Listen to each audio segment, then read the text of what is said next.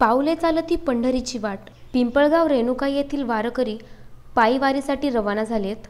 येथील रेणुकादेवी मंदिराजवळ वाहनाची हरिभक्त पारायण भिका महाराज सांगवीकर यांच्या हस्ते नारळ फोडून पूजा करण्यात आली असून राजुरेश्वर प्रसादिक दिंडी संत तुकाराम महाराज 16 पायी वारी निघाली असून पिंपळगाव रेणुका येथील संचालक हरिभक्त विष्णू महाराज सास्ते यांच्या दिंडीचे प्रस्थान हे आळंदी येथे यावेळी जाण्यासाठी पिंपळगाव रेणुकाईसह विदर्भातील वारकरी हे पायी वारीसाठी दिंडीमध्ये निघाले आहेत. यावेळी महंत दौलत बाबा सांगवीकर, रेणुकादेवी संस्थानचे अध्यक्ष कडुबा देशमुख, गणेशराव देशमुख, पंडित नरवाडे, कृष्णा देशमुख, समाधान परणकर, अंबादास महाराज, शिवाजी महाराज यांच्यासह गावकरी मोठ्या संख्येने उपस्थित होते.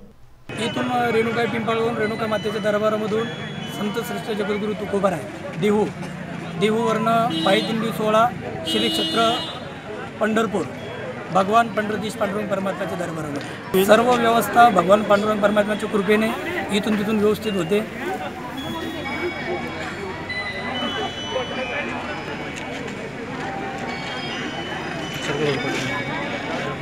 डी न्यूज मराठीसाठी संदीप देशमुख, पिंपळगाव, रेणुकाई.